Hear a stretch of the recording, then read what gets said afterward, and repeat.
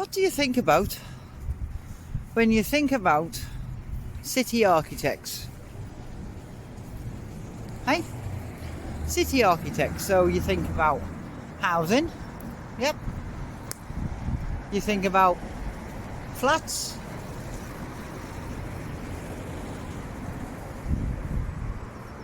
Yeah, flats. Road layouts. These flats were built in 1934, 90 years old. They are social housing. They are part of the regeneration that went on in Liverpool at the time, where they were pulling down the slums and building tenements.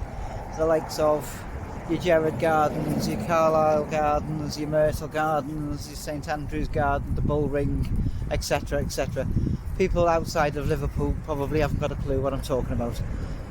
Have a little look. But this road layout was the first of its kind in the whole of the UK, and it was designed by Liverpool city architect John Alexander Brodie. And it's special in the way that from here you can see the wall of that garden in front of that flat. You can also see the path, and you can also see the grass verge, and then two lanes of traffic, 2 lanes for traffic, and the same on the other side.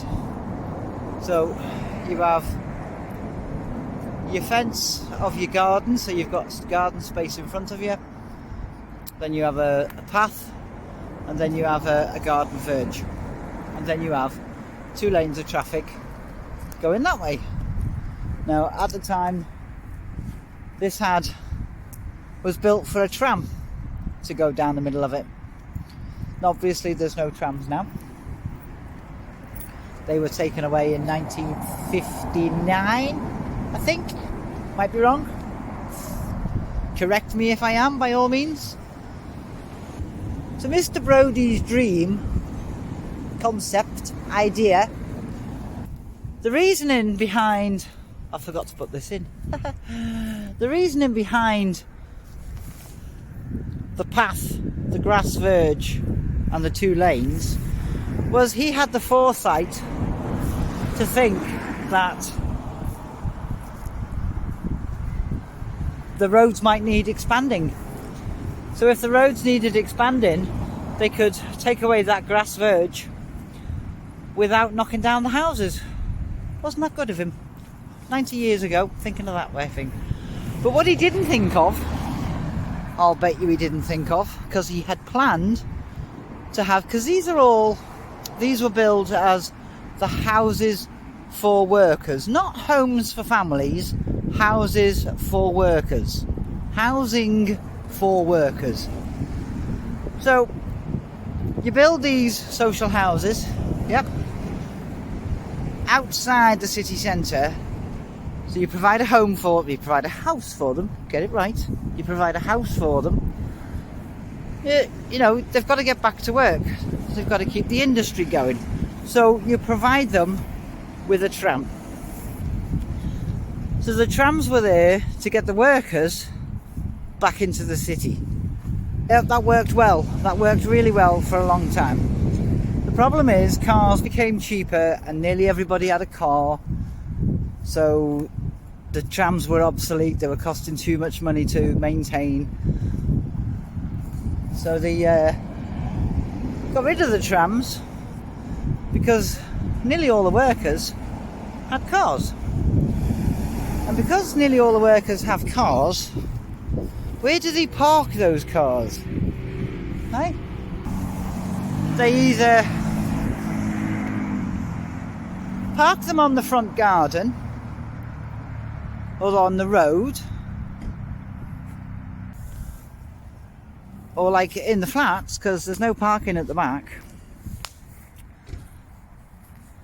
It's taken away 1 lane of traffic because all the cars are parked along it. Yeah, lovely little park, so to speak, in the middle of two main roads. This is one of the main arteries of Liverpool, Muir Road Avenue. It's because I couldn't be bothered going into town, to be honest. But John Alexander Brodie also designed the UK's first intercity highway, the East Lancashire Road, which goes from Liverpool to Manchester. This was all social housing at one point. Probably not now. The flats, this area is a conservation area as of 1976, I think, 76 or 77, somewhere around there. It's part of a conservation area because of the way it was built. There's actually a school behind there. So back to city architects. What do you think of when you think of a city architect? You think of houses, roads, road layouts, social housing. I bet you don't think of football next though, do you? I'll bet you don't. John Alexander Brodie was a huge Everton fan. And while watching a game, which back in the day used to have 2 poles and a bit of string going along the top, there was a goal which was highly contested. And he thought to himself, there's got to be a better way. So he invented the net. So, if the ball was in the net, it was a goal. So we have Liverpool city architect John Alexander Brodie to thank for not only a dual carriageway, which has got a lovely woods park going through the middle of it, some really nice looking flats, apartments if you wish, and a football game with less arguments, because we now know when it's a goal or not. So I shall leave you with that lovely scene, and see you in the next one.